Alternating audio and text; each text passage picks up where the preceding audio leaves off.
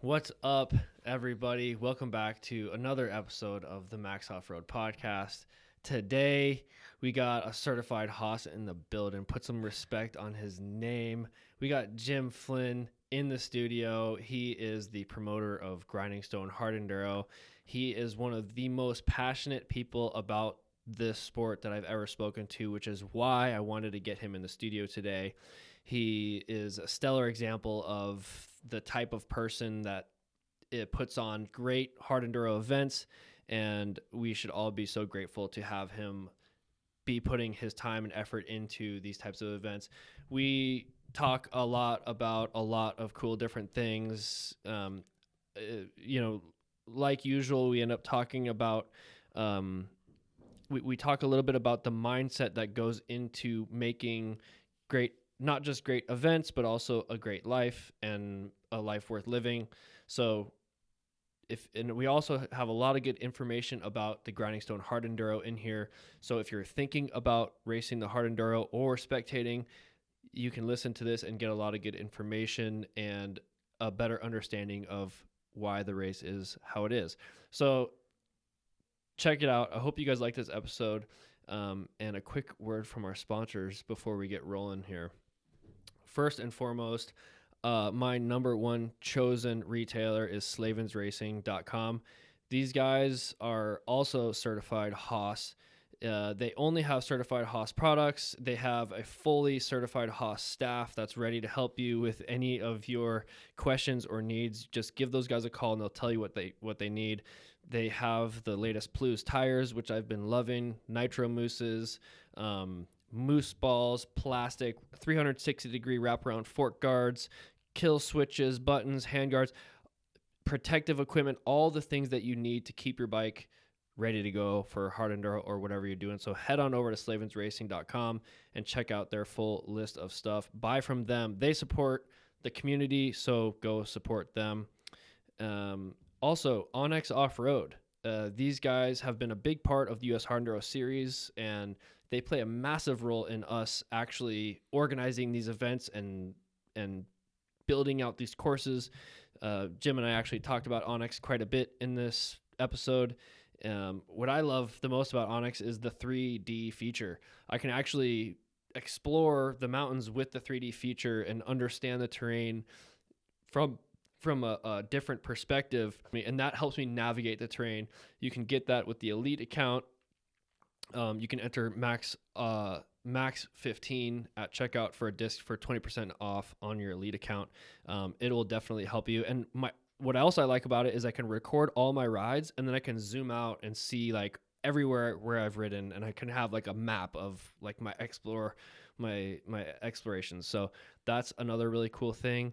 And Plus Tires has been a big supporter. They're also a part of the U.S. Hard Enduro Series, and they're sponsoring myself. They have a 140 tire Spec B. It's like a taller knob height 140 tire. I ran it at King of Motos, and that thing was absolutely gobbling up loose terrain. So go check them out. You can buy those at slavensracing.com as well.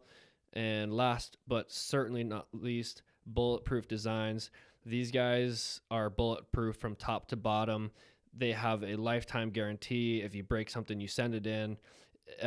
Manufactured here in the United States. Great company, great people. They'll take care of you. Bulletproof Designs. Let's get into the episode. I'm a motorcycle racer. I'm not a tech guy. You know what I mean? That's how I see it. Yeah, I hear you. You're becoming a tech guy. I'm becoming a tech guy. Yeah. Because of necessity, right? Well, hey, like you said, it's good to learn new things. It is. Yeah. It's addicting and it's fun, and you can raise this up to you, just whatever makes you comfortable. Yeah, I don't know. Usually, like what works well is about a fist away from the from the mic. Check. Yes, we're rolling, baby. All right. But yeah, feel free to bring it to however you're comfortable. You know what I'm saying? So you don't gotta hunch over to get to it. Okay.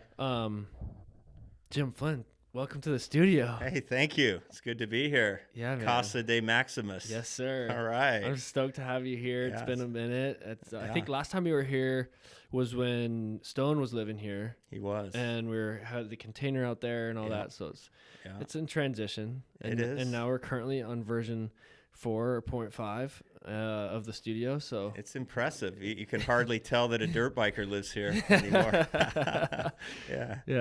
Yeah. We were just talking about how you were switching to Onyx though to build your track logs for Grindingstone. Yes. Okay. Why don't you fill me in on that? Well, so on previous years, I've always used like Google Earth because of the resolution, and but having put as many races on now as we have, I feel like I can identify the terrain, just on memory, and so. Anyway, Onyx off-road is awesome. I mean, I've used it for a lot of years just to navigate around in the backcountry and stuff, but I had never used it for like course building. And so this year I developed the whole Grinding Stone course using Onyx, and I want to be on the same page as the series and everybody else that helps us, and I want to promote it. So I used it, and it's awesome. It's actually a lot easier than Google Earth to navigate around and actually develop a trail. And it has like an odometer, which it tells you exactly how many miles you are at that point in the course. And there's just a lot of really functional things that some of the other apps don't have. So I'm really happy with it. Nice. It worked out well. Yeah. I imagine it's hard to see the terrain satellite, what the terrain actually is from the satellite. It probably looks like, oh, we could ride that. Then you get there and it's a 69-foot cliff. Yeah, exactly. And so this will be our 4th year putting a race on out there. And so, I mean, I literally know every inch of those mesas now. And so like I said, I don't need like the highest resolution to identify what the line is. And I can literally sit in my living room and build the course just on Onyx and not actually have to go out and put it down because I'm so familiar with the way everything runs out there. So it's fun. I feel like I'm getting more efficient each year that we do this. Yeah. I bet there's a certain level of satisfaction that you get out of that. There is. I mean, there's so many things, especially in Page. It's such a unique terrain, and there's so many things that can go from 0 to death so quickly, and just knowing, it how far you can push it, and then the challenge of having the top pros all the way down to your sea rider or sportsman or whatever, and trying to make sure that everybody has a good experience and everybody is challenged, and when they're driving 12 hours on the way home, they feel like it was worth it, and that's the important thing to me, is that I try to I try to listen and take constructive criticism well. It's hard, but I listen, and I'm like, okay, how can I improve this? So I listen to feedback from everybody, and I try to make changes accordingly, and try to because I want every single rider to feel like, wow, that was worth it. Because you can't just cater to the top 3 guys or the top 10 guys. You have to cater to a whole community, and scaling these events to a whole community of riders is incredibly difficult, especially with hard enduro, and it's all very terrain dependent. Yes. And that's why you've adopted a knockout style event. Yes. And what are some of those complaints or criticisms that you've gotten from last year that you're looking to improve on this year? Yeah, so last year we had 162 riders that finished 1 lap in the 4-hour limit on race 1. So there was quite a few racers that didn't complete a lap, and they were out there the entire time, and they timed out, and so I got some feedback from some of those, from some sea riders that said, man, I wish I had another hour because I feel like I could have completed a lap. And, I want them to feel that sense of accomplishment, like, wow, I conquered it. I did it. I did everything that they threw at me, and so getting a checkers flag means something. It does. And, and I've heard, I heard a photographer one time say, wow, hard enduro is wild because there's so many people that never see a checkered flag. And, and we've come a long way from 2021 when, I think I had 40 people do one lap out of, I don't know, 250 or whatever it was that year. And so, we've come a long way. And I think, at least at our venue, I think the knockout format is the best because there's something for everybody. And so this year, to kind of go back to, that sea rider that we were talking about. So I made the decision to add an extra hour to race 1 because I want to get that number. I want to see 200 people do a lap, not just 162, and so I want people to feel like they got their money's worth when they're driving that long drive home. So, yeah. So adding an hour to the first race so Yes. guys can get a checkered flag, I think that'll make a really big difference. And it'll kind of keep guys pushing too, because if you can finish a lap and get a checkered flag, you can go home.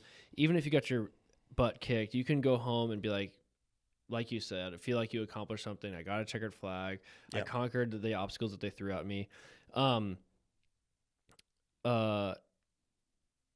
Okay. Yeah, because in the knockout style format, like you were saying, it's so easy to think about hard enduro and say, oh, why don't they just do this? Or why don't they just do this?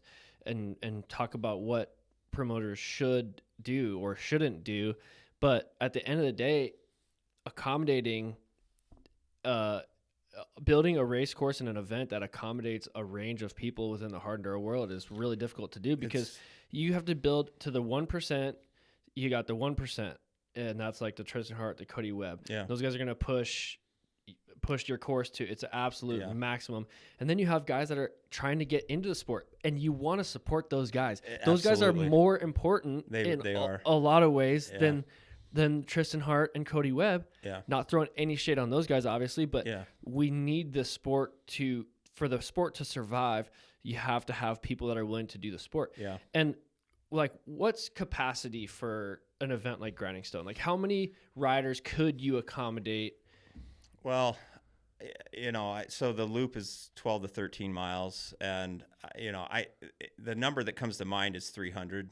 I think on multiple laps, if you get more than that, I think bottlenecks are probably unavoidable at that point with that venue. Every venue is a little different. If you're running a big mountain or something at a ski lodge or ski resort, you can do 500 because it's so spread out. Yeah, but with the feature based type of obstacles that we have, I think 300 is the magic number, and that's the cap.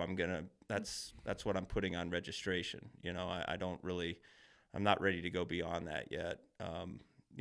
Maybe eventually if we tie in the other side of the road or something in the future, but for now I think 300 is good. And with let's say you get 300 riders at whatever the registration fee is, and then you obviously have endorsements and sponsors that want to be associated with the event to make an event you don't have to go too detailed or anything, but is it possible for it to be worth it for a promoter to put on a dirt bike race?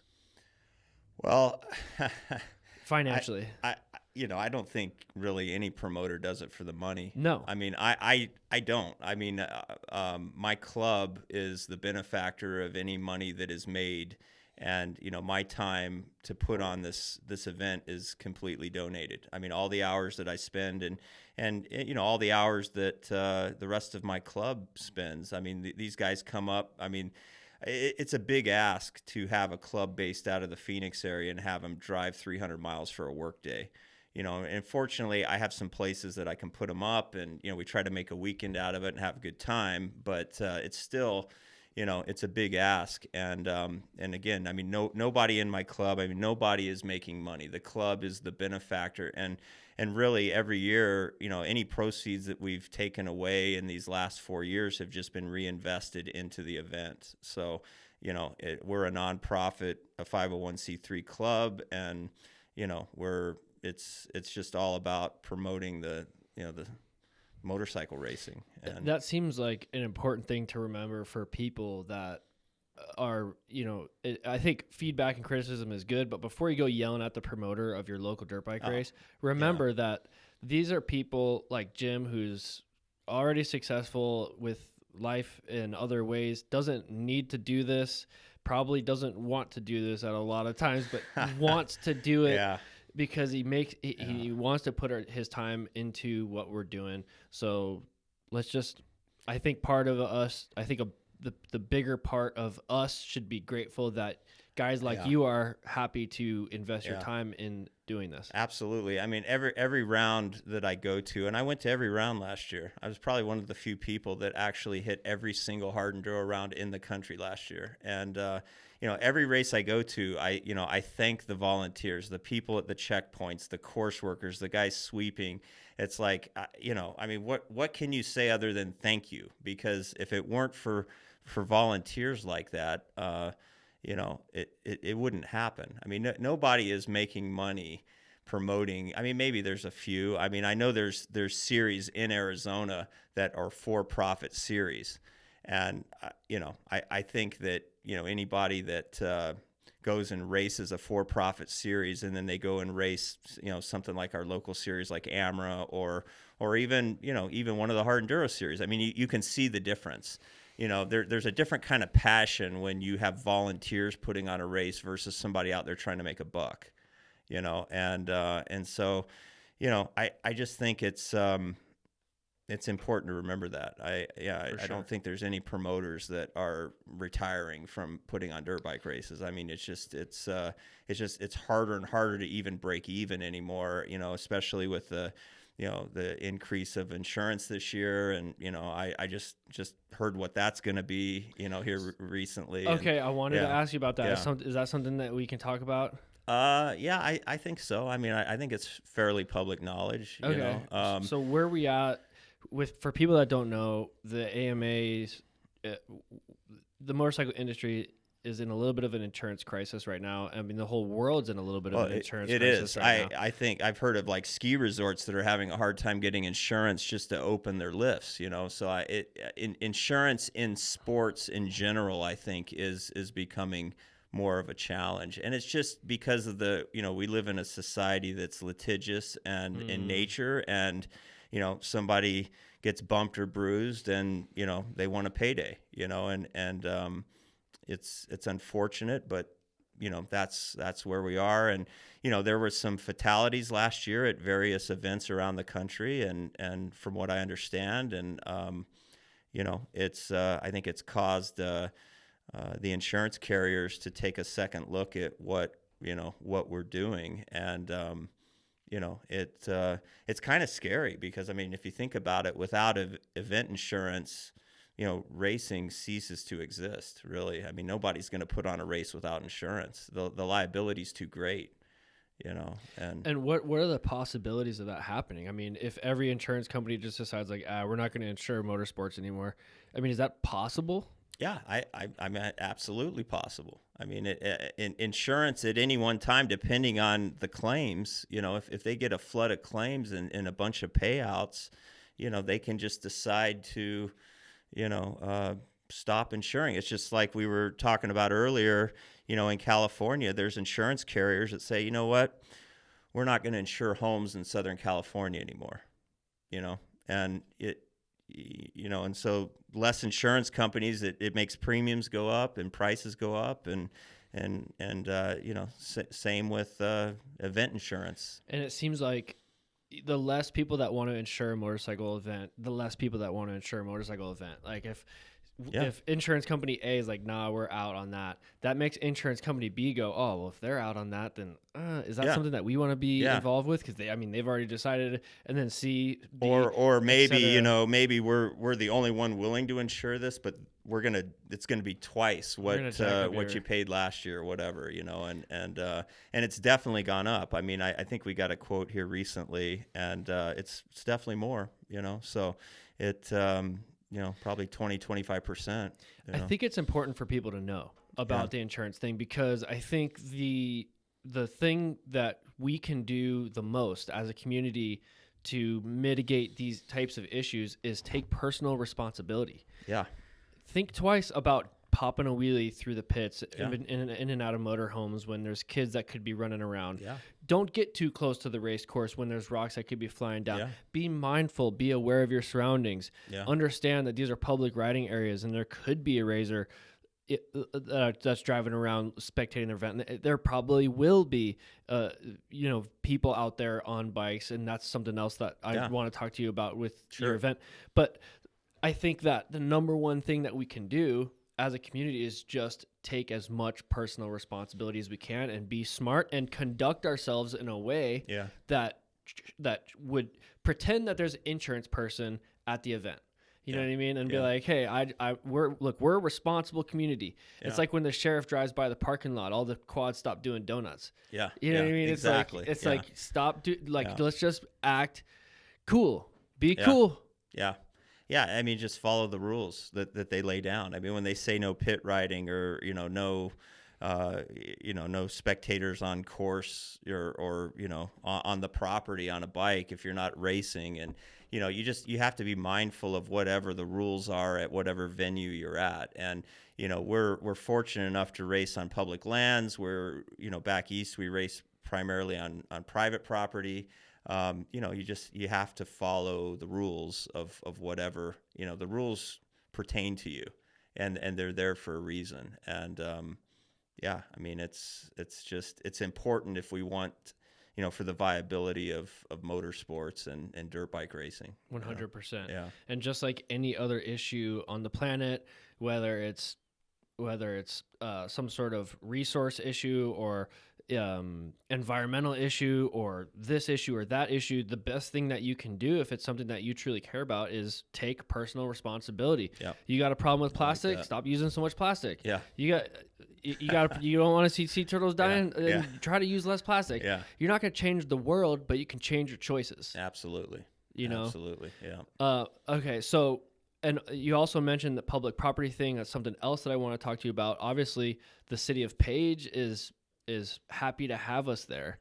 Yes. And that's been a big part of your. I mean, it's an unbelievable opportunity. I mean, I just don't know another municipality that caters to dirt bike racing the way Page does. I mean, it's wild, but it's open arms. They love the event. They love the street race last year. I had maybe an idea of not doing a street race this year just because it's a heavy lift, and we have a limited number of volunteers, right? And so to split half of the volunteers up to go build a street course, that really doesn't pertain to the the overall finish for the weekend. It's like, is that worth it? But the city of Page is like, you're doing that again, right? And oh, by the way, why don't you move to this street over here, and we can shut it down for a couple days and give you more time to build the course. And I'm just like, wow, okay, all right, we're doing it, So they're very accommodating. They give us they have a sports complex that has like a vacant lot, and they allow us to stage and set up our street course and build it on their lot, and it's secure behind fences, so no one will bother it. But they're just, I mean, they help in any way possible. I mean, they open the gate on the weekends for me to get in there and do work on it, and I mean, it's just it's awesome. But I think our event is one of the top events for the year. bringing people to In town Page. in Page, and Page is, ever since they closed the coal power plant up there 3 years ago, Page is kind of transformed into 100% tourist town. I mean, there's some people that work for government, their law enforcement, park service, maybe the Bureau of Reclamation at the dam, but the majority of people that live in Page are tied to the tourism industry in some fashion now. And so, it's all about, how can we get people to come to town? And that's a big motivation. I mean, if anybody lives in Arizona, they've probably seen the TV commercials during a football game, an NFL game, where, they're advertising Horseshoe Bend or whatever up in Page. There's, want to get people up there, and it is, it's an interesting place because it sits on an island between, the reservation and, federal lands, the national park, or it's actually national recreation area, and then BLM land. And so it's just kind of sitting on an island there, and it's very isolated, and as my wife will tell you. And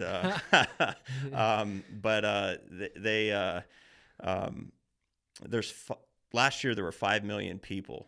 5 million tourists that visited Page, which for a community of 7,400 people, I mean, that's a big number, so, but that's how that town survives now. So, wow. So that's why I think they're so accommodating, for our event, because we bring a lot of people in, and it's not just perfect. it's not just the weekend, it's leading up to it. Right. I mean, I was passing, coming down here today, I was passing people driving up there with dirt bikes, probably to get, do some practice for Grinding Stone, and in fact, there's some people staying at one of my properties this weekend, a few guys that are coming up just to ride the area. So it has a more of a lingering effect on the local economy, I think.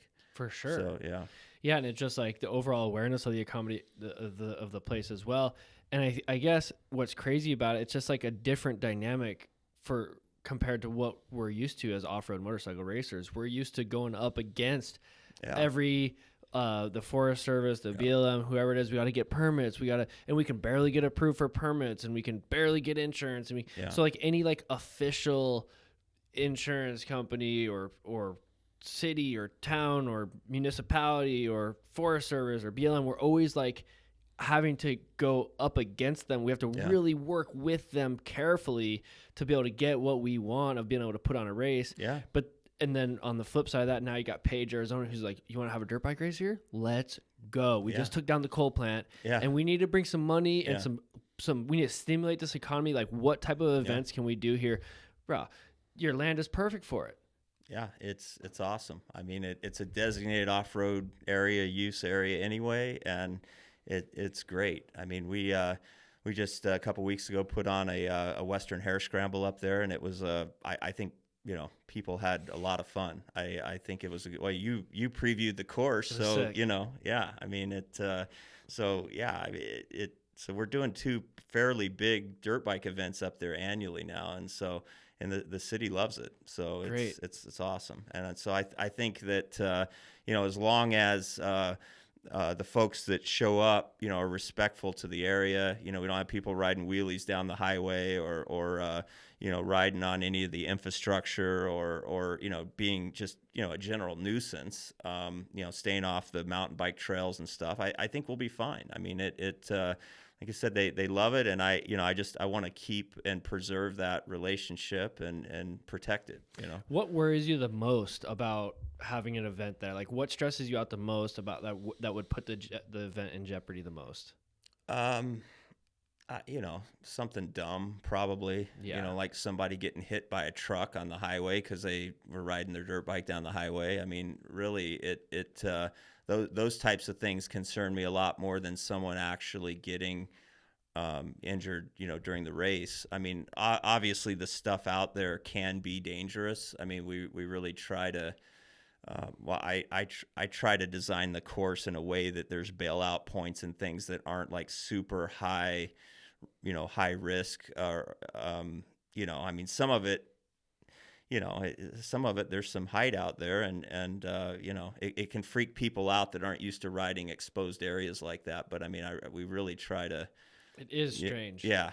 So so to answer your question, yeah, it's really nothing to do with what happens in the race, per se. I mean, obviously that's, but people that are racing are, they kind of accept the risk and, and they're, they want to be challenged and, it's, and they're more in tune with what's going on. It's like your brain switches when you're racing and you make decisions differently than if you're just being a punk and right. My wife was driving into town. I don't know if it was last year or the year before, but there were like two guys on bikes that passed her riding wheelies, and I'm just like, oh my gosh, I mean, we just don't need anything like that. It's that's what caused it's dumb things like that have caused lawsuits and so forth last year that have jeopardized our insurance, and so it's like people just need to be responsible and do the right thing and understand that our sport is hanging in the balance of your decisions. It is, yeah, it is, and and then if you do something dumb and you get hurt and then you decide that you want to try to make it someone else's responsibility and sue, that's just that's what's happening to all of our riding areas all around the country right now. Yeah. So I hate to like dwell on that, but it just seems like something that's important to the sustainability of our sport. I think so. If the whole thing went away, it would be a real bummer. Yeah. Yeah. I mean, if like I said, if insurance companies tomorrow said we're not insuring dirt bike racing anymore, I mean, it would cease to exist. Nobody is putting on a race without insurance, and it's just the reality of it. And so if you like racing, if you enjoy racing, if you enjoy spectating racing, just make good decisions, Make good decisions. Yeah. So back to your race, the changes so far, you're making race 1 an hour longer to accommodate the bottom C class, basically. Yes. So we have 3 races total: race 1, 2, and 3, right? Correct.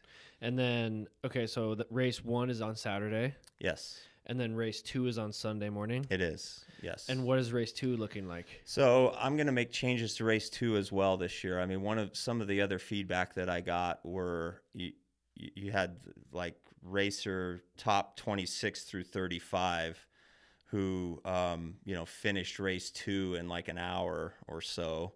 And maybe on the weekend were on their bike less than 4 hours, actually less than 3 hours. So, ideally I want everyone to be on the seat, regardless of what your class is. I want everyone to have like 4 hours of seat time, I think is kind of the magic number. I don't want anybody leaving the event and driving home and thinking, man, I just drove 12 hours to race 2.5 hours. I just don't feel satisfied, So, I'm thinking of, I'm going to add another lap to race 2, and I'm going to extend the cutoff from 2 hours to 3 hours. So those guys that, maybe finished in the top 30 but didn't make it to race 3, still feel like they got plenty of racing in. And does that make you have to water down the course so that to avoid bottlenecks on lap 2? Because I imagine the pros coming around, and then if there's a one line spot, that could be a real mess for guys coming back through their second lap. It could, and there's a couple features in race 2 that might be one line, but they're downhill. So, I think you could have it slow down. I'm still kind of working out the bugs on that because I've just recently made the decision to add a lap to that race. So I'm going to, it'll settle itself out. It'll be good. I'll figure it out. But there are some course changes that you think you have to make, because it seems like, I like the idea of adding a second lap. Yeah. But it seems like you'd have to adjust the course. Because with one lap, you don't really have to worry about bottlenecks. So you can make it harder because it's going to take the guys longer to get through it. Yes. And then they're going to get their fill that way. Yeah. And then if you're going to make it 2 laps, you almost need to make it easier so that everybody can actually get through the course, right? Yeah, I think that I don't want to necessarily make lap two or race two easier. I just want to make it where it can accommodate multiple laps. And I think it's just the features that we add in race two are going to have more than one line, Totally. and, so the pros can get around them and not have to do anything crazy. So, I'll make those adjustments. I'm not too concerned about it. I'm already there. I'm already looking at it, and I was actually out on course yesterday for about 6 hours and kind of just scoping a few things out.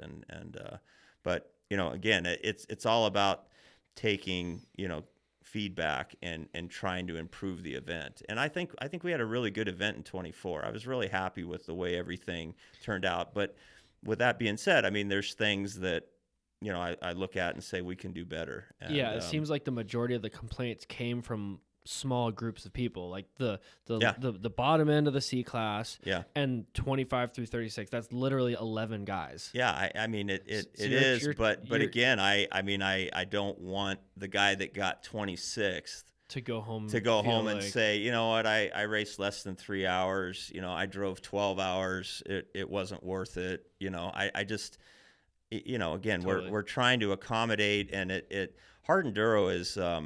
It's tough. I mean, it is really tough to challenge everybody, and have everybody, get a certain amount of seat time. I mean, and our venue is even more challenging just because, again, it's very feature based, and which makes it really fun for spectators. And it makes it's a good show. It's a great show. But yeah, it's just this constant progression and evolution of our event, and trying to improve on it every year. And really, once the event is over, I spend about a week reflecting on what just took place and how to improve on it. And it's the evolution. It's right? the evolution, Yeah. the never ending pursuit.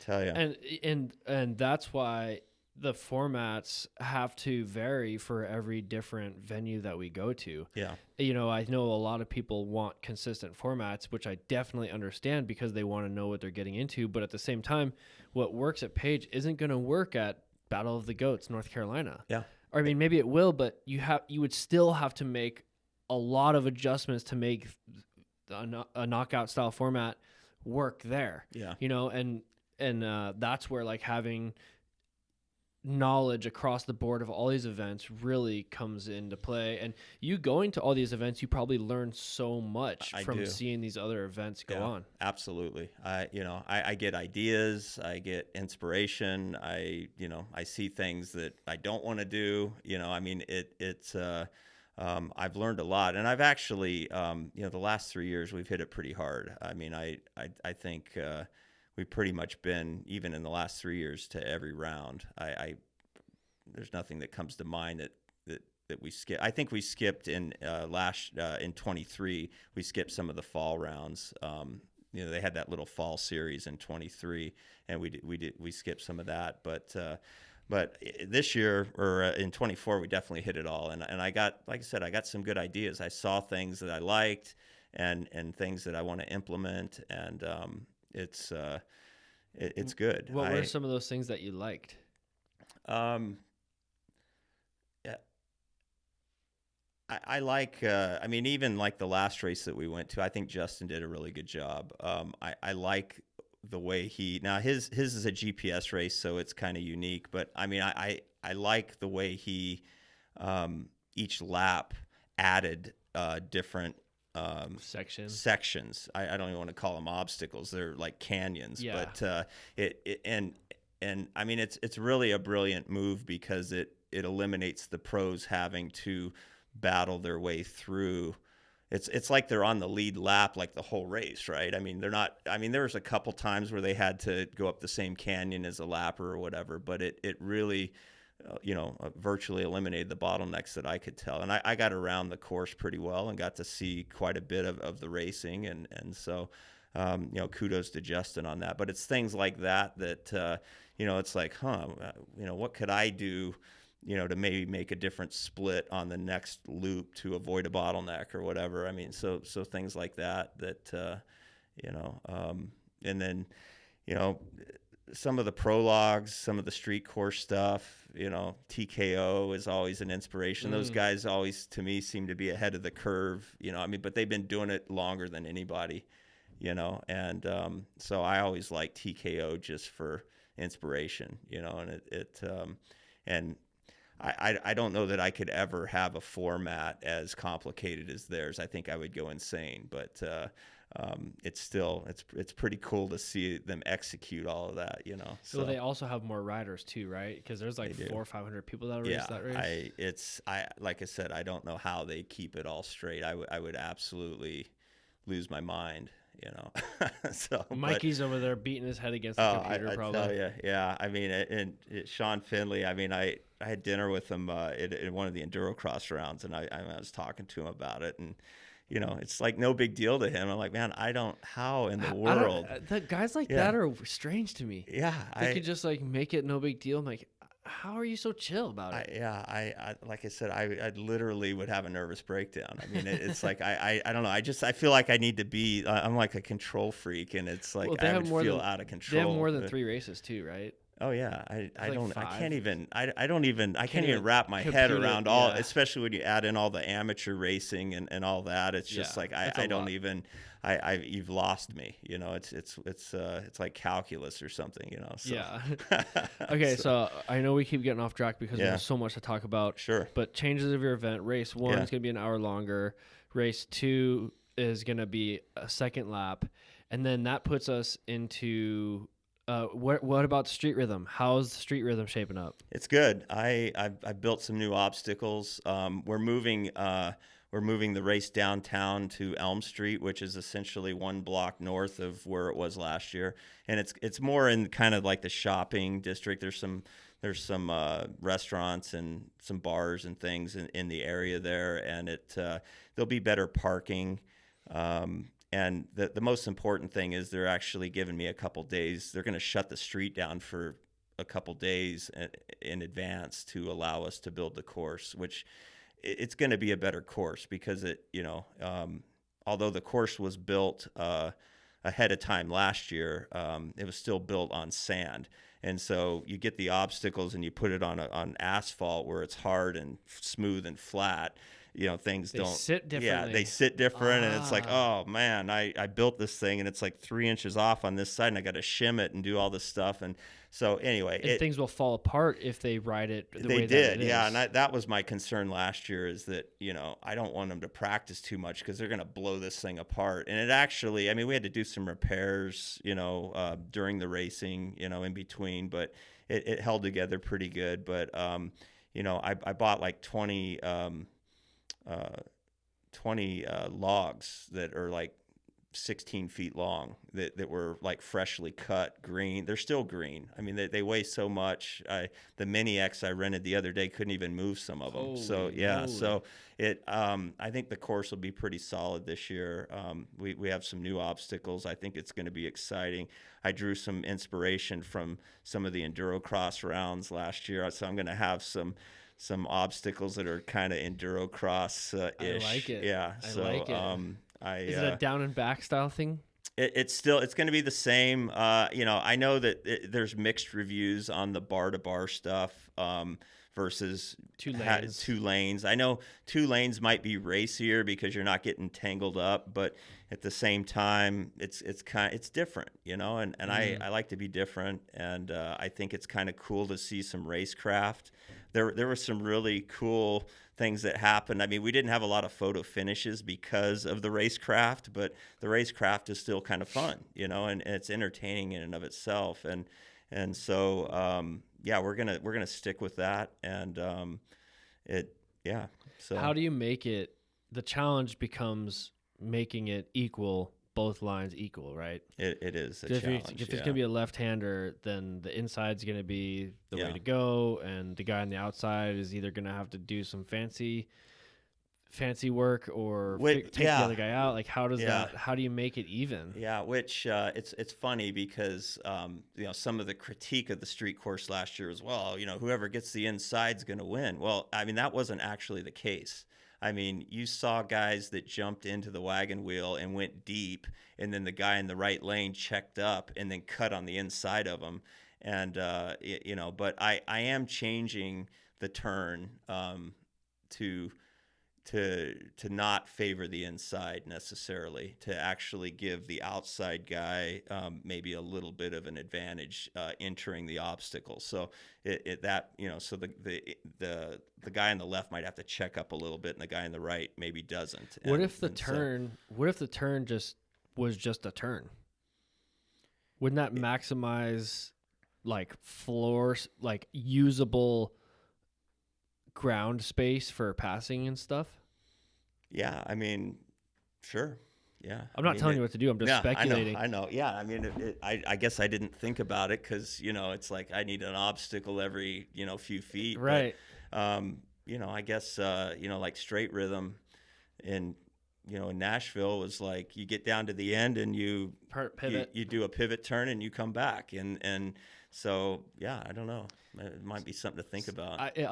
Johnny Walker opened my eyes to that idea. He's like, yeah, just no obstacles in the turns, because it's really hard to put obstacles in the turns without making one line favorable. It's really hard to do. I mean, it is. Like if like a rock turn at enduro cross, it's so hard to make one line not the best, whether it's the outside or the inside. There's always going to be a line that's the best. But it's like if you just had an open corner, think how hard we could all battle, get through the obstacle, charge to the inside, cut out, cut in. Then we'd have like supercross like passes going on, just because we actually left a corner is an obstacle of itself. Yeah, just a flat corner is an obstacle. You could run some supermoto tires or something, just lean in, Worth thinking about, because you think like if I'm on the outside lane, I'm gonna try to coax the guy into blocking me, running me wide, but then I'm gonna try to cut back in, so that now I'm on the inside. So like there's so many. I guess it just opens up the amount of like racecraft techniques and tactics that you can play, because you're not limited to like, I would dart outside, but there's this log here, or I would cut inside, but I can't really cut inside because there's this thing here that I can't. You know what I'm saying? Yeah, I actually never considered it, so thank you. Something to think about. That's real interesting. Cody might not like it because he doesn't like flat corners. Yeah. Even if there's just like a log border, like a border where you can like bump up against it or something like that, or kind of bank off of it. Yeah. Huh. I mean, you could do it so many different ways. Truly. And I know that we're like in it's when you have limited floor space, you would be inclined to maximize that floor space and try to fill it with all of your favorite obstacles. Absolutely. Yeah. No, it's that's exactly right. I mean, like I said, I never considered it because it's like, no, you got to have some sort of an obstacle in the corner. This is hard enduro. Yeah, we don't have corners. Yeah, I can't. Yeah, it's not like I can build a berm there. I mean, I guess I could, and I've even thought about doing, maybe a Red Bull style, like a wooden berm. A wooden berm, but it just comes down to time and money, right? I mean, even a wood berm is going to be favorable too, because the guy that can go like in that berm, everybody's going to do that. Nobody's going to take the inside. Nobody's going to take the flat inside. Yeah, exactly. It's going to be really hard to beat the guy that's railing a berm. Yeah. So now the favorable line's the outside. Exactly. So it's like, how can you make it even? A flat corner. Yeah. Because you could go anywhere in a flat corner. You can move your own apex of your corner to anywhere in the corner. Like the apex, if you have to go around this water cup, you can turn around that and make that your apex, but you could also like push deep and turn here, and then this guy could turn here. Like you can. Yeah. Do you know what I'm saying? I you do. Can play around with it. It's give me something to think about on the drive home. I've been watching too many FIM World Enduro videos, haven't I? I guess so. No, that's awesome. I appreciate it. So top 25 guys from Saturday. Yeah, Race 1. Yeah, I think that's a good number. I mean, I think we found the limit of last year. What's raceable and not. I mean, I think race 3 is crazy myself, but I think we found the kind of the edge. I think as far as making it competitive and rideable With race 1. with race 3 actually. With race 3, we're talking race 3. Okay, so, okay. Yeah, so I think the top 25 for race 3 is still the right number. For sure. The year before we did 30, and I think the bottom 5 guys probably didn't want to be there. They felt a little bit over. I think they felt like they had to be there because they qualified, but they didn't really want to be there, or some pretty heavy shit. Yeah, it is. I mean, I'm not ashamed to say that there's literally no obstacle in race 3 that I would ride myself. I mean, it unlike race 1 or 2. I try to ride all of that, but race 3, no. I mean that stuff is Looney Tunes, man. I'm telling you what, man. It's gnarly, dude. It is. It is. I mean, I go back and watch the videos, and it's just like, man, I can't. Well, it's just amazing how good these guys are. I mean, a guy like Tristan Hart or Cody Webb or your son, these guys can ride up anything, it seems like. Yeah, I mean, they're defying physics, Yeah. And even the videos don't really do it justice. No. I mean, when you go stand at the base of like Fubar or Stairway to Heaven or any of those, and on video just kind of like flattens it out or makes it look smaller or whatever. But when you're standing at the base and you're trying to visualize yourself riding up this thing, you're like, no way. There's no way, man. It's backwards at top. It goes like this. I got to go like this. Yeah. To get on top of this thing.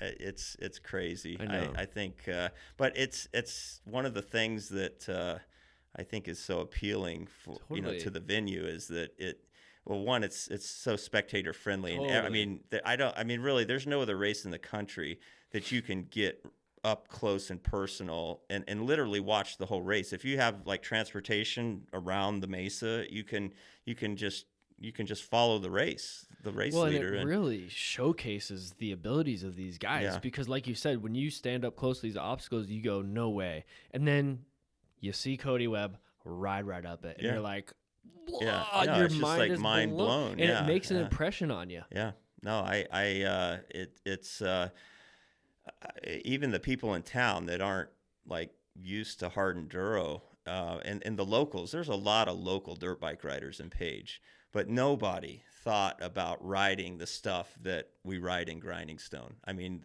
they just, most of the guys ride 4-strokes and they wouldn't, that's just not set up for it. But,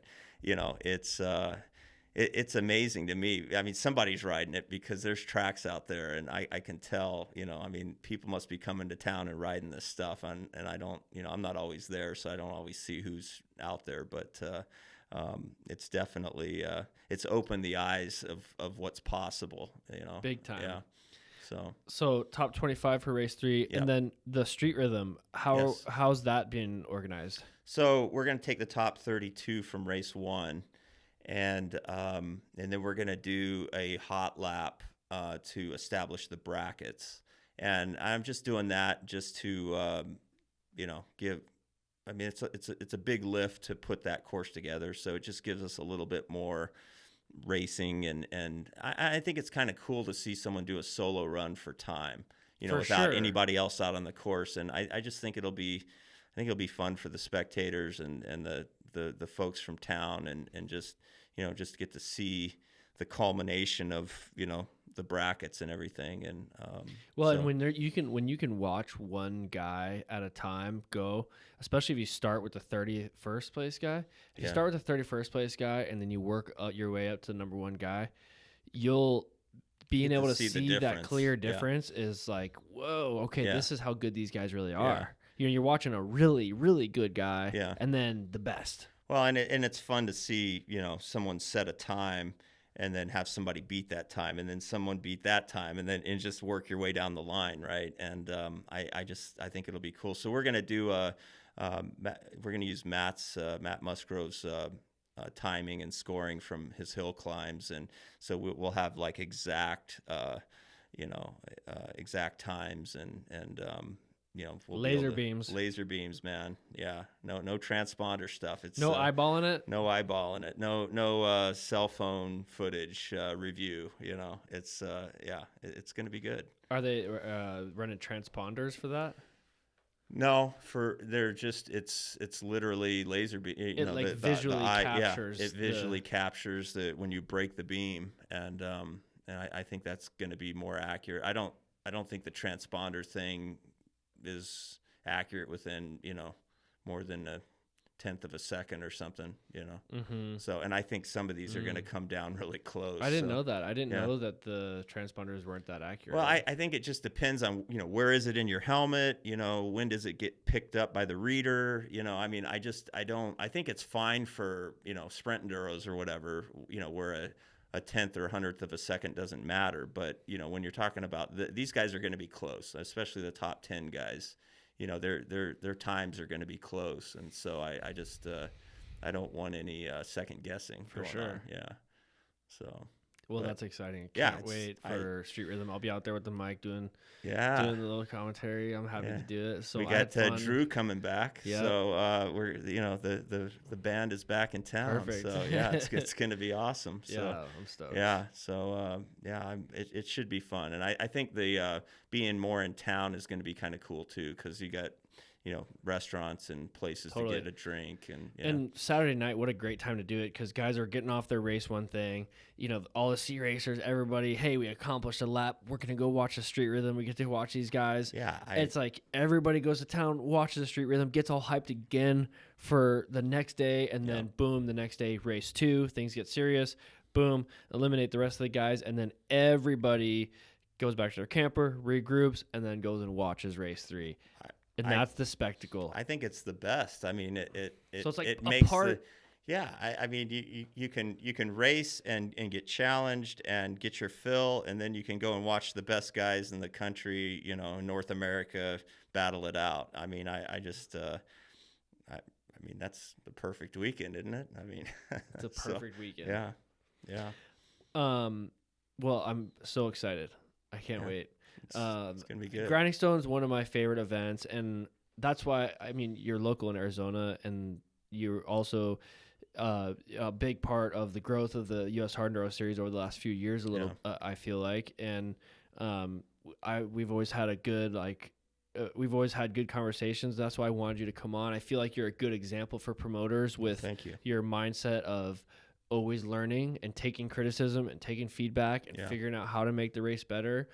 And it's just exciting when people, if people are around here and they're like, I always tell people, go to Grinding Stone, because they have the opportunity to have their mind blown there. Yeah. What other race? And listen, I love King of Motos. I'm not throwing shade on any other races, but you can't go to King of Motos and watch the people, the best in the world, ride up a cliff. Yeah. You can't really do that. So this brings the event to the people. Yeah. I think, I've always said, and the people that are close to me that they probably think I'm sound like a broken record, but I think the sport of hard enduro has a finite number of racers that are willing and able to do this, but they potentially have an unlimited number of spectators, and if you look at the sport of Supercross, they can fill a stadium with 50,000 people.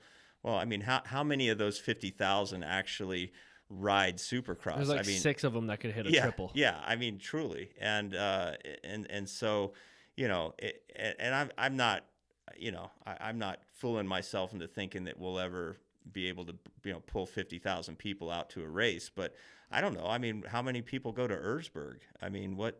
That's a big number. There's a lot. Yeah, and I can see, because hard enduro from a spectator standpoint, and I know because I spectate.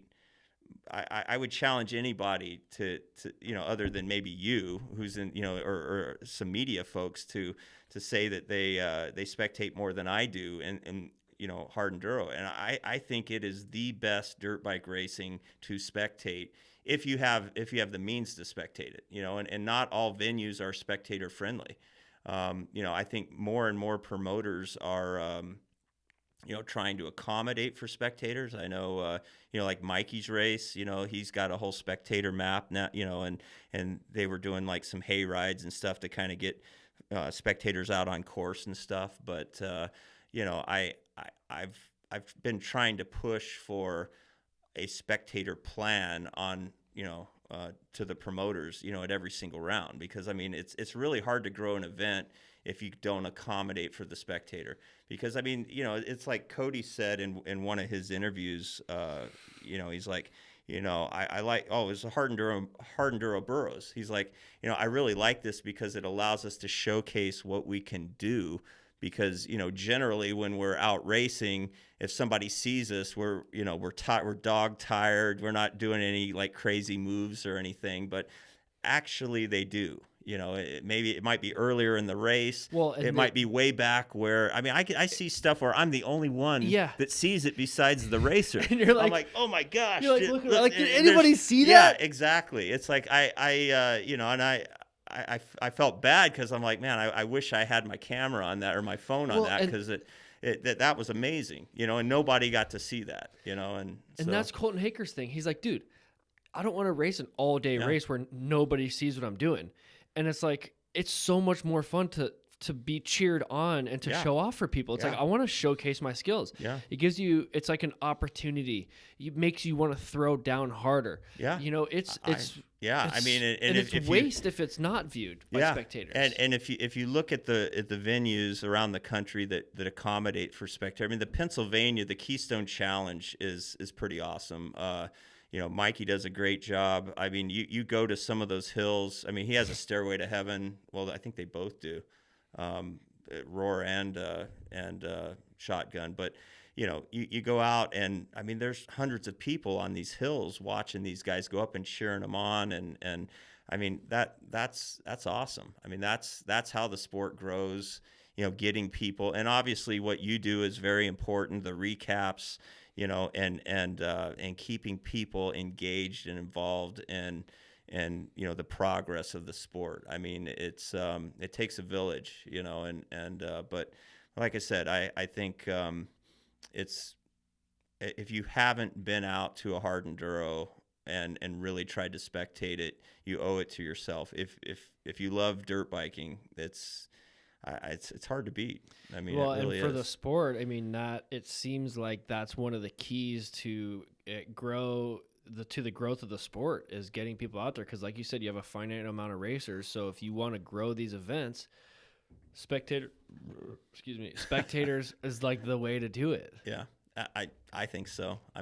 Truly, and so there's venues that I go to that the racing is awesome, but there's nobody there to see it, and it's a shame. I think it's a shame. Like, it's a waste almost. Yeah, it's and believe me, from a promoter standpoint, it's like it takes a lot of brain cells to put a course together and make it work and challenge everybody and not make it dangerous and not try to avoid bottlenecks and all these different things that go into developing a course. The last thing you really want to think about is a spectator loop. Where can I put them and keep them safe and, make it where they can see and, and that sort of a thing. And I get it. It's extra work, but, for the benefit of the sport, I think it's worth it.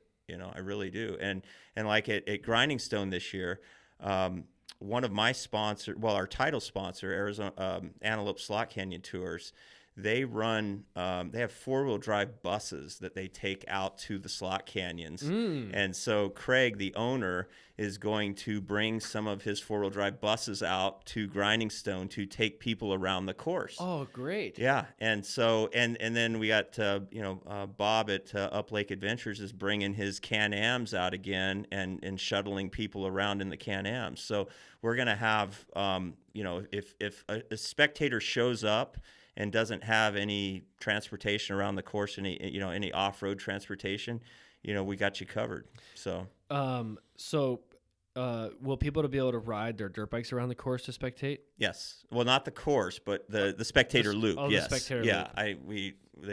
We want to keep them off the course, but for sure. We're going to have a designated marked mapped spectator loop like we have for the last few years. And then last year was the race 3 was crazy. I mean, there were tons of people cruising around on the spectator loop just watching all the action, and it was awesome. That's so exciting. I think it's and if you are a spectator and you're coming out, please be safe on the spectator course. Don't go 100 miles an hour. I mean, again, the last thing I need is someone hurting themselves on the spectator loop because they think they're racing. If you want to race, register.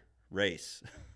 So well, and even some of the racers will be following the course around. Good point. Will be on the thing for the race 3. Yeah. So it's like, you got your racing out of the way.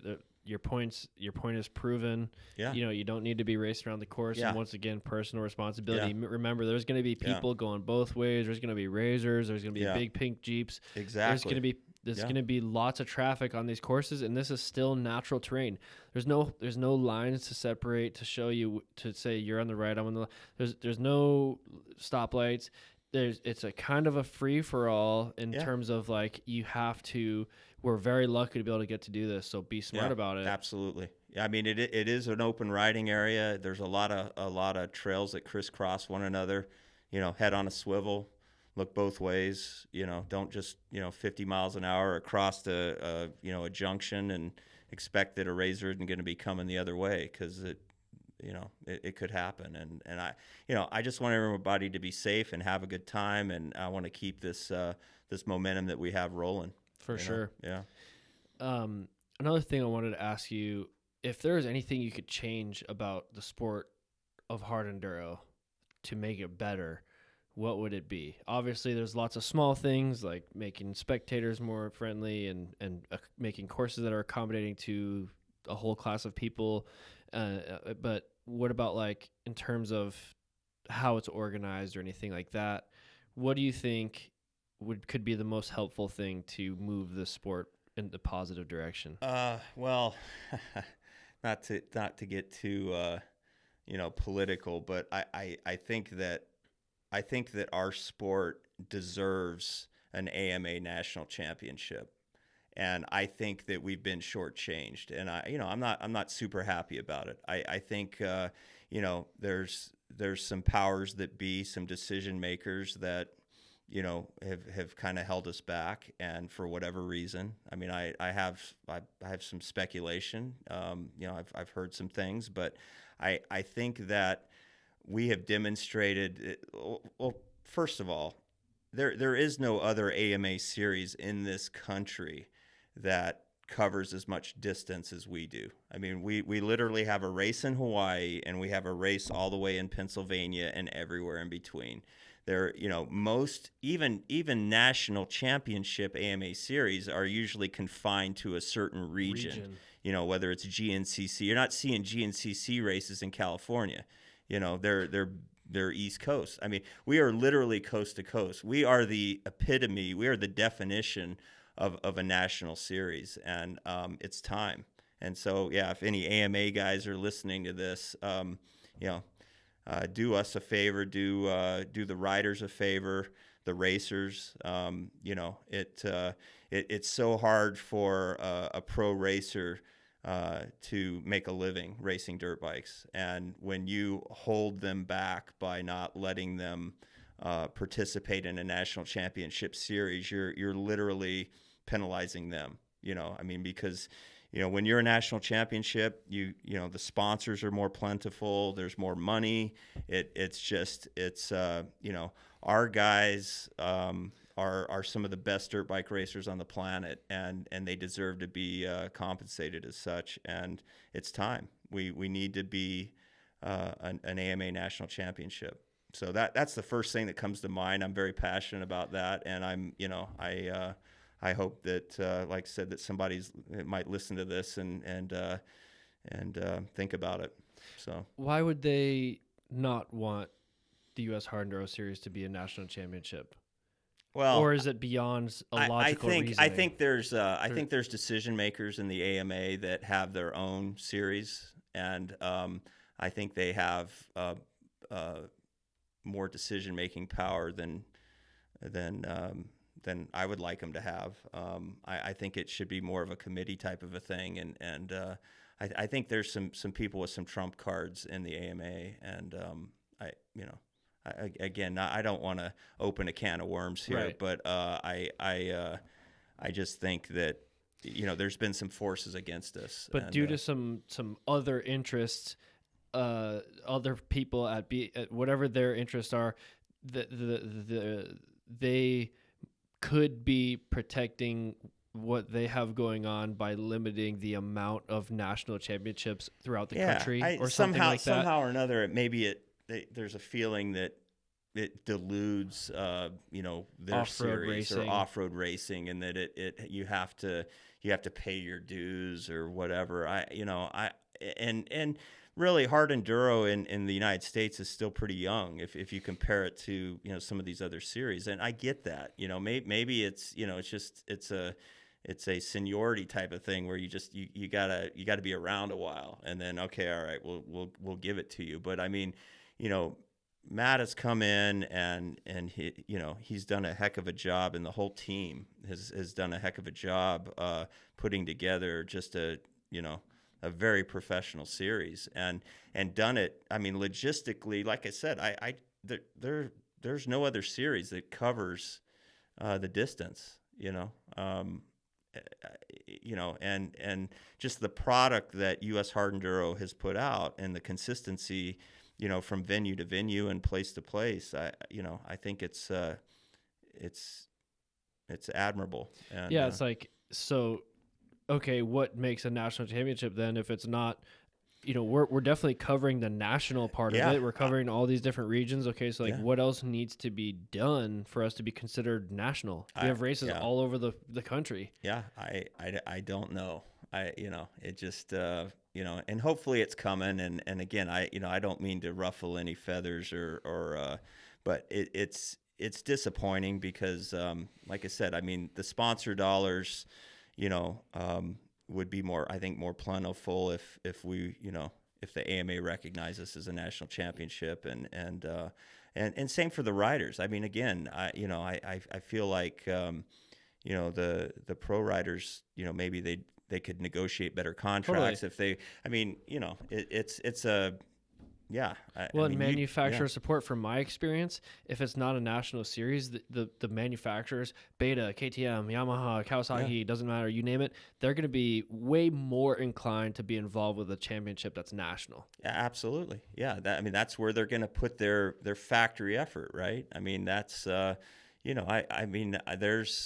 there's been certain pro riders that haven't raced some of the regional races because their sponsors don't support them to go to that, and so I don't know. Like I said, I think it's time. I think the series has proven itself. And I mean, I'm just trying to play devil's advocate here, but I could see a situation where, in a scarcity mindset, where if there's a limited amount of national championships, if you could look at Husqvarna and say that their off-road budget is this amount, and that off-road budget is going to be allocated to these 4 national series. And if there's a 5th one, that means that we as a promoter or as a series is going to get less of that overall budget. They're going to have less involvement. If they have less involvement, then there's going to be less things. And then, so it's like, they're just trying to,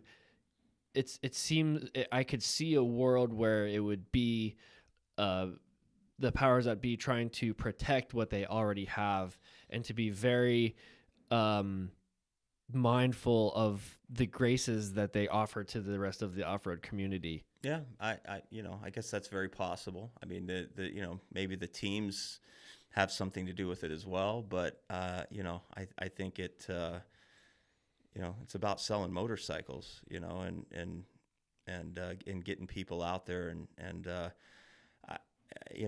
think that if you look at Europe, I mean, hard enduro in Europe is huge.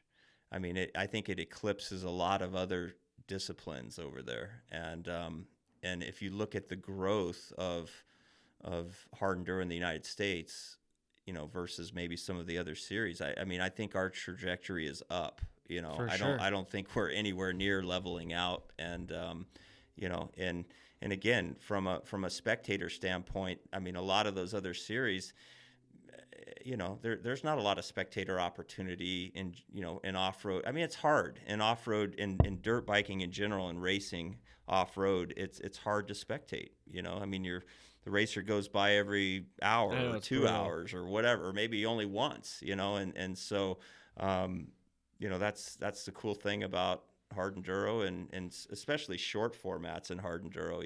You get to see, you get to see a lot. Yeah. And like you said, it's about selling motorcycles, and we don't have to, beat a dead horse here or anything. But at the end of the day, like, if you're in, it seems like there's plenty to go around, and and that's like more of a mindset of like, if there's plenty to go around or not. And if you're operating in this scarcity mentality, then you're going to be more in a position to keep what you already have and be very protective of it. But having it seems like having a hard enduro championship, that doesn't seem like something that's going to necessarily take away from the GNCC races or the Works races or NGPC or AMRA. It's just going to bring something different to the table. Yeah, absolutely. And it's going to grow the sport of off-road as a whole. It's not going to take away. It's going to grow the pie. It's not going to take away from your slice of the pie. Yeah, I mean, that's the nice thing about off-road dirt bike racing, is there's kind of something for everybody, and whatever you're into. Look, not everybody's into hard enduro. I mean, there's people, people that I know that just like, man, I just don't get it. What's this hike a bike? It's ridiculous. I don't. Yeah, I mean, you're just destroying your equipment, type of a thing. And so, it's not for everybody, right. But there is something for everybody. And I think that the guys in our sport, I think they're every bit as talented as anybody else in any other series, sure. And if not, I mean, it'd be interesting to have some sort of like an all-star type of thing where, you get, the top guys from a bunch of different series, and you compete into some different kinds of formats. It would be, kind of, who's really the best rider. Right. Like you do like 2 GNCCs, you do 2 hard enduros, you do 2 Works races, you do 2 hare scrambles.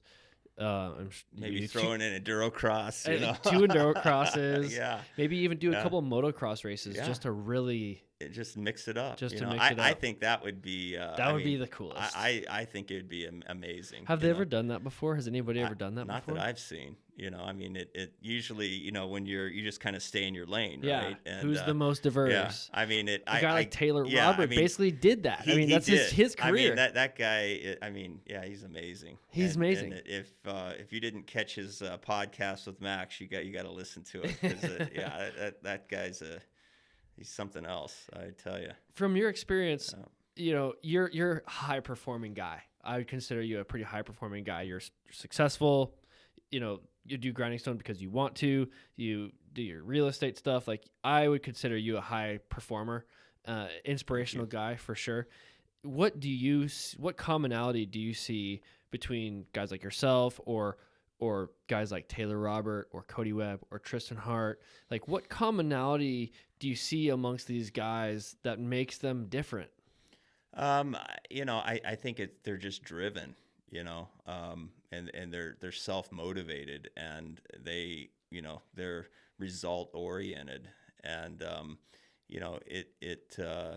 this day and age, I've worked with a lot of people over the years, and I've hired a lot of the younger folks, and, in my line of work, and it's hard to find people that are driven anymore. It seemed like, when I was younger, there were a lot of people that were driven, and nowadays I don't know, it seems harder to find. But that's the cool thing about dirt bike racing, is that you almost have to be driven to go out and do a 4-hour hard enduro, or a 3-hour hare scramble. I mean, it can be brutal, and I think these guys have grit, And how does one develop drive? I think it's almost innate, it's just something in you, and, maybe it's something that you get from your parents, maybe it's something they pass along. But, I think if you you know, look at any of the top guys and you look at their parents, they're probably pretty driven too, and Pretty dialed in. yeah. And I've got to meet over the years, I've got to meet the dads of a lot of these top guys, and I mean, the apple doesn't fall far from the tree, so I just, I think it's something that I think that the parents pushing the kids to be the best version of themselves. Seems So, like a generational thing too, where there's this is just my observation, but it seems like there's like some sort of generational thing where there's a lot of parents that grew up that didn't really have an easy upbringing, and they were incredibly driven because of that, because of the things that they didn't have, and because of their circumstances, and they were incredibly driven to better their circumstances. And now that they got to this point where they have a good circumstance because of that drive, they want to make things easier for little Johnny. Therefore, little Johnny doesn't naturally develop the drive to create a life for themselves and become the person that they choose to be. It seems like we're in that stage right now. Yeah, I don't know what it is. Like I said, And I imagine as a parent, it would be incredibly hard to make those choices too. To be like, I could buy little Johnny the car. I could give him the popsicle. Yeah. Or the enable them. Enable them. Yeah. But I imagine it would be really difficult to like make those choices when you have that choice, to make it more difficult on your kid. Yeah, I mean it's I think it'd be hard as a parent to not, because you in a lot of ways you want to make it easier on your kid, right? But it's not always the best way to go. And I think I mean, parenting is it's the hardest thing in the world, man. So the last thing I'm going to do is give parenting advice, but I think I think that kids that are driven, and they see their parents that are driven, it's almost a thing that they want to emulate. I think it's not necessarily a lesson that they learn or something that the parent beats into their head. I think they just, kids emulate their parents. Lead by example. They lead, and they're like, wow, that's the way I want to be, and so I think again, you look at a lot of the top racers, and then you look at their dads, and there's a lot of similarities, So yeah. And sometimes it seems like you can, like a guy, there's differences in people. Like Tristan Hart grew up roofing, and you can almost like feel that from him, of like just his work ethic, and just like this, I do not want to go back to roofing, and I have this incredible opportunity ahead of me, and if I keep winning races, that's my freedom from having to go back to roofing. Yeah. And there's like a level of that it seems like it motivates a person. But once again, like as a parent, how do you be like, okay, what's just the right amount of adversity for my child to go through, and how much will I be able to take by how much can I take? That's, I don't know, that's a tough one. I just I mean, because like you said, I mean, you don't want your kid, I mean, you want to provide opportunity, but you don't want to like enable them or make it necessarily easy for them. And I think it sometimes it's the luck of the draw too. I mean, I think there's just some kids that don't, they're just not, they don't have that innate drive, and then others that do. And I think it's about being passionate about, one particular thing. And, and if it might be dirt bikes, it might be baseball, it might be, ballet, whatever. Yeah. It might be ice skating. I mean, whatever. And, and just having the opportunity to at least be the best that you can be at what what you're passionate about.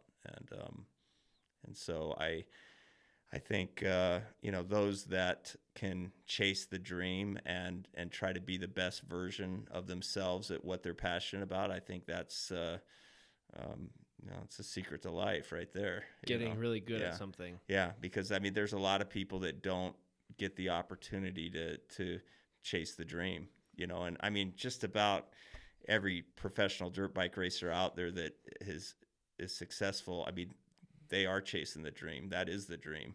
I mean, otherwise they wouldn't be doing it, and there's a lot of lucky guys out there that get to do that. So, yeah. So finding something that you're passionate about in the first place is like such an important key to the puzzle. It is. And I think a lot of kids nowadays aren't passionate about anything in particular. I mean, me growing up, I wasn't necessarily, I wasn't really into sports. I mean, I rode dirt bikes and things, but I wasn't competitive. I didn't compete.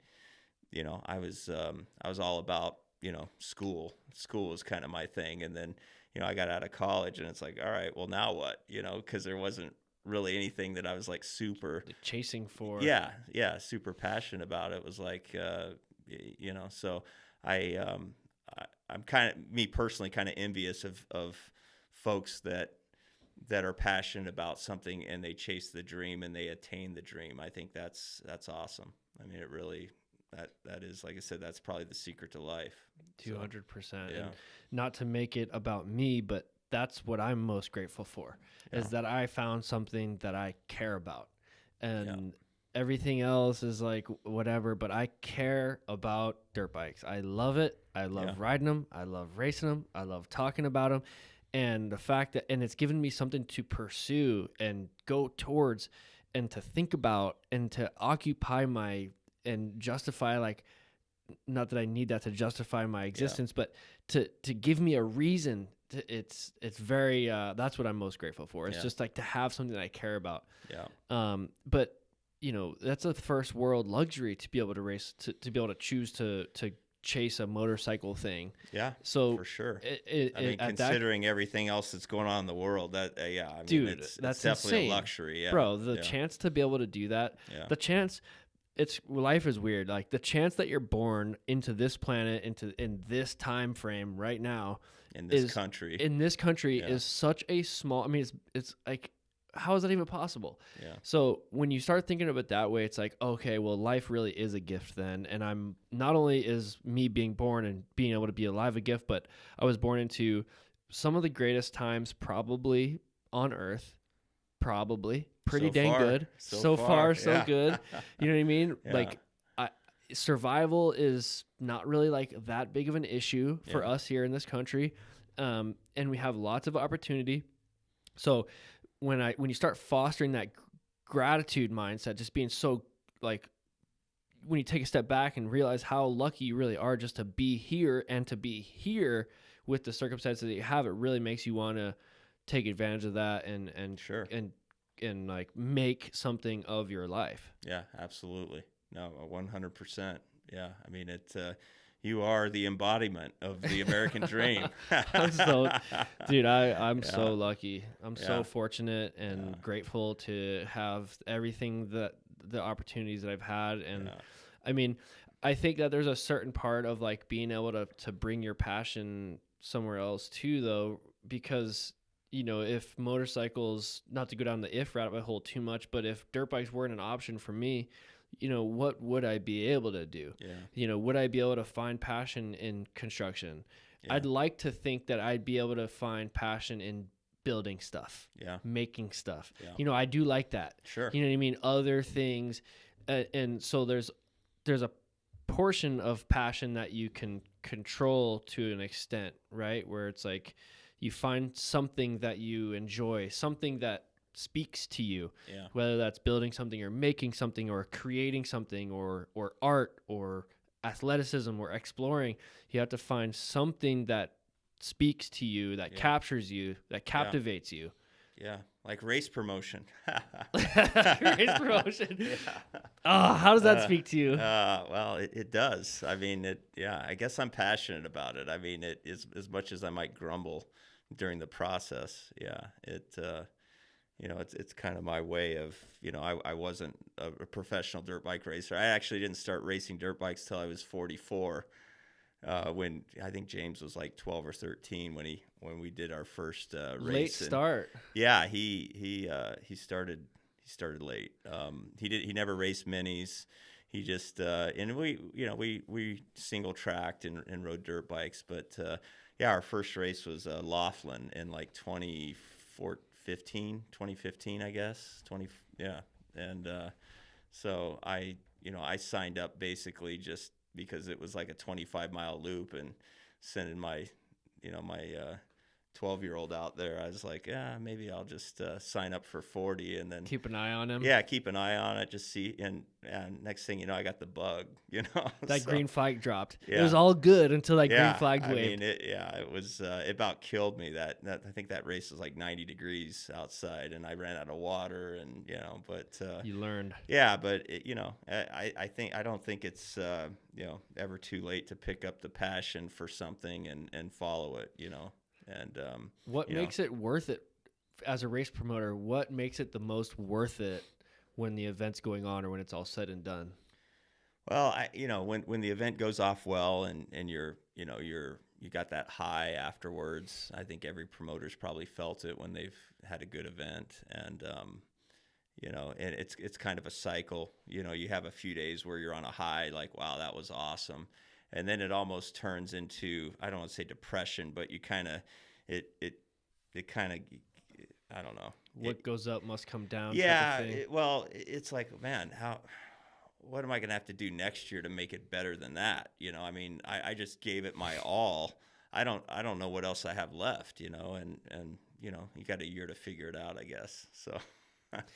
I mean, can you get it? Is it possible to get it to a point where things are just, you have your courses down, your format's good, you can accommodate the amount of racers you want, and then it kind of makes things a little bit less of like a high to a low? Yeah, I think it's the same way for racers too. Like when after a race, right after the race, it's like kind of high, but then like the next couple days can be kind of rough because you just go through like this it's like a cycle. Dude, it's a cycle. Yeah. And doing a race is like a pretty high rush. I mean, it makes regular life feel pretty flat. It does. Yeah. It's like a 3-hour train wreck, Yeah. It's just, yeah. And then you got to go to the grocery store on Monday, and it's like, so it's like boring. Back to reality. Yeah, this is brutal. Yeah, for sure. But no, there's nothing like dirt bike racing. I mean, it's a high for sure. It's the best sport on earth. I love it, and it's just all the different disciplines, and it's fun. Did you go to Supercross? I didn't make it down for it this year. I was actually working on the street course. Imagine that. Yeah, what a show that is. Yeah, it's just. That's the pinnacle. I think that's what probably made some of the impressions on me as a kid, like walking into Bank One Ballpark and seeing Jerma McGrath hit triples on a 2-stroke. It's just like the smell, like everything. It's just, it's good. Although off-road has always kind of been washed out compared to motocross. Motocross is the big scene.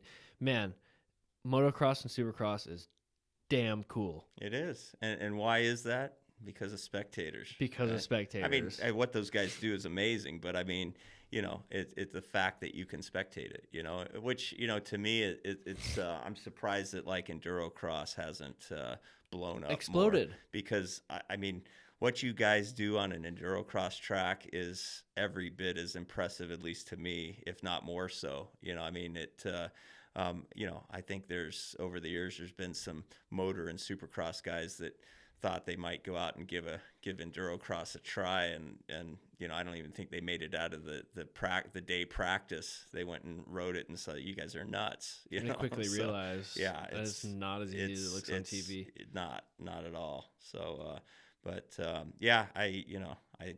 like to see Endurocross blow up a little more. I think that would be cool. I'd like to see them the venue size grow and have 15,000 people there instead of 3,000. That'd be kind of cool. Yeah, so. that's a big step. You go from 3,000 to 15,000. That's like Cinco. Yeah, it is times as big. It is. You know what I mean? So that's a lot. man, the Endurocross season has just had the Endurocross series has just had its own challenges, I guess. But the last 3 years seems like it's been on a good trajectory.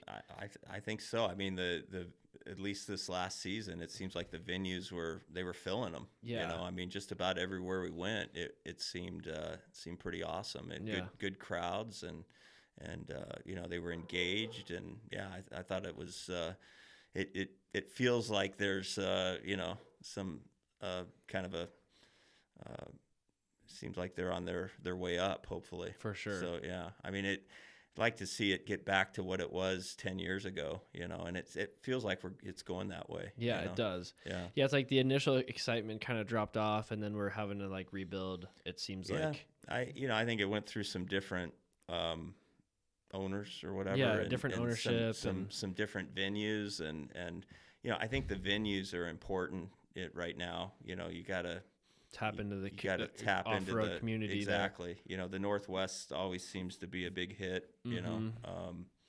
So, and I mean, Idaho in general. Yeah. And well, even Arizona. I mean, I think all the venues, I think they nailed it this year as far as like, you know, keying into, you know, where the spectators actually are coming from. So yeah. I think if you have it, you know, in Kansas, I don't think you're going to get, you know, as many people showing up. Well, they had one in Oklahoma, and it was like, nobody was there. Yeah, I mean, in Amarillo, you know, that was a pretty big venue that year, and yeah. Oh, the dirt was so good though.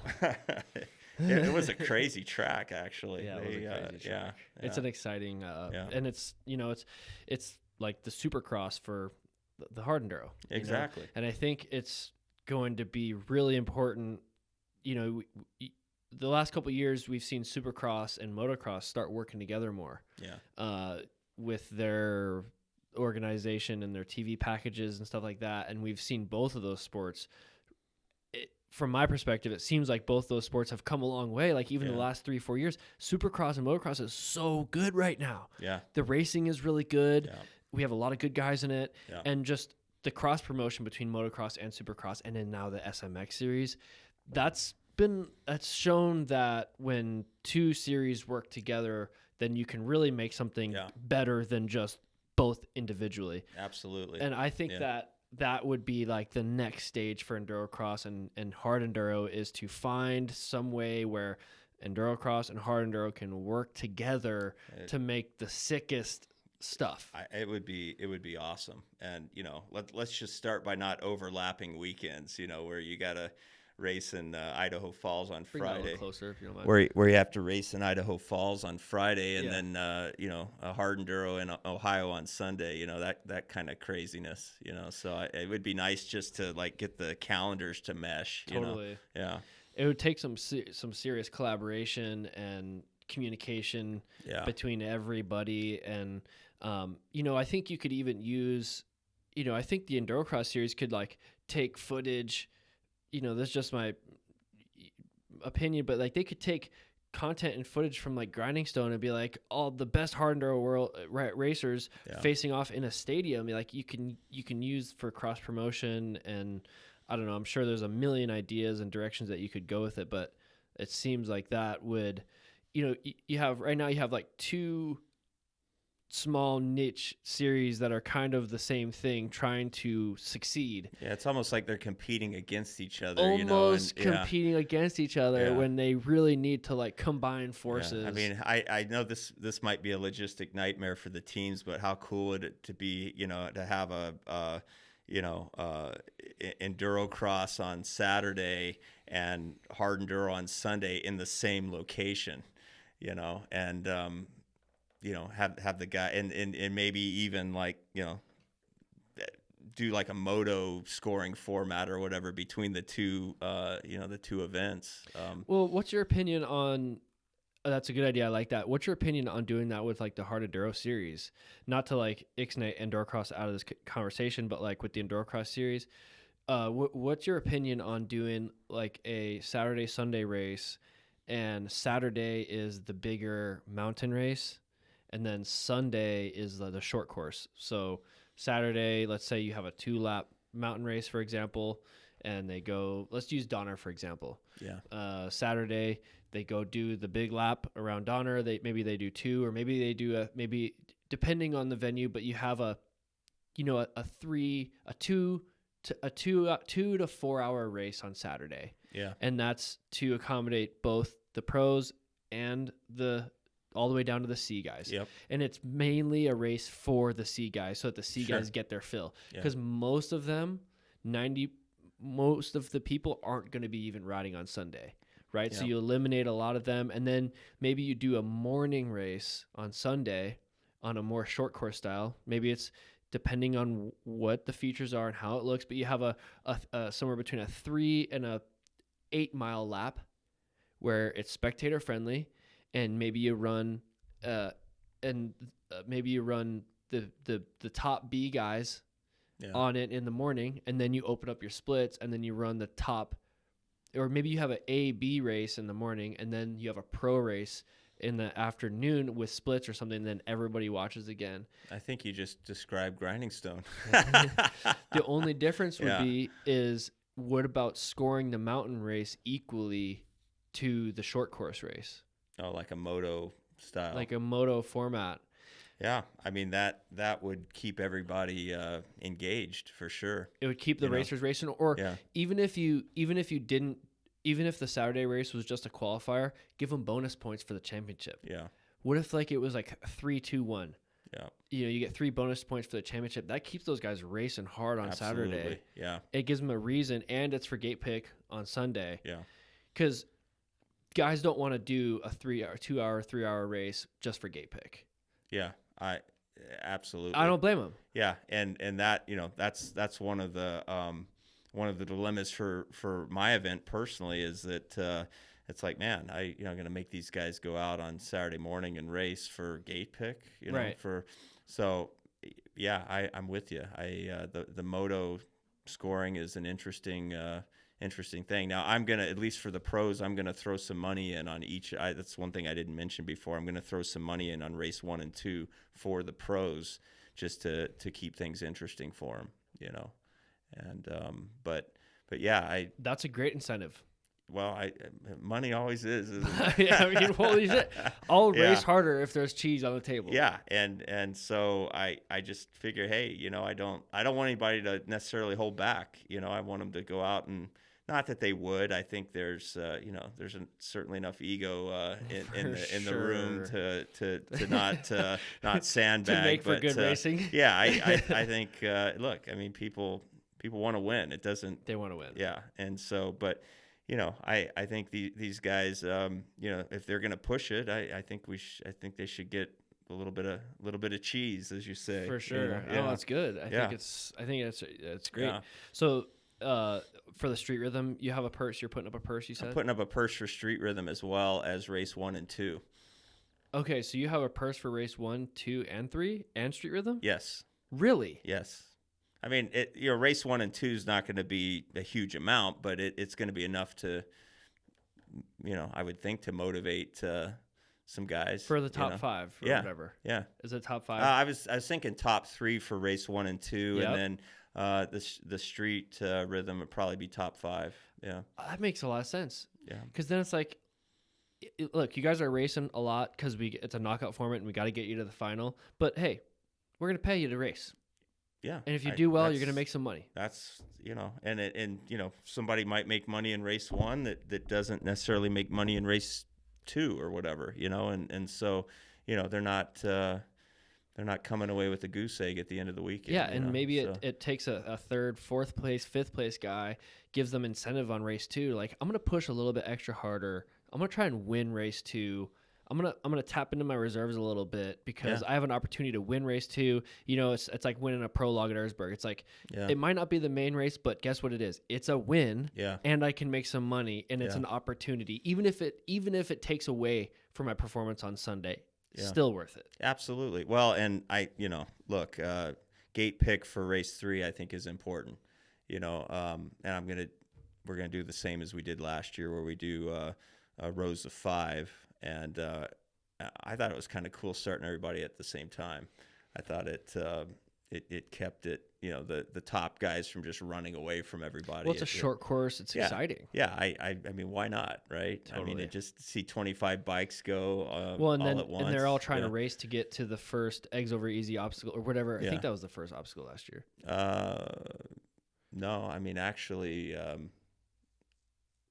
eggs over easy about halfway through. So well, they're racing to get to the first big obstacle first. Yeah, they were carnage. hitting that dune jump or whatever. I think was the first major obstacle. Yeah, yeah. They it's like a rush to get there. Yeah. So that's exciting. Well, dude, I'm so stoked. Yeah, it's it coming. should be good. And we got Hawaii coming up. Hawaii's so coming up. Yeah, we're getting geared up for that, and I'm going to try to do some more hiking around out there on the course to spectate this year. I got some crampons for my boots to walk in that slick mud. Yeah. I was going to order something. That reminds me. I'm glad you reminded me.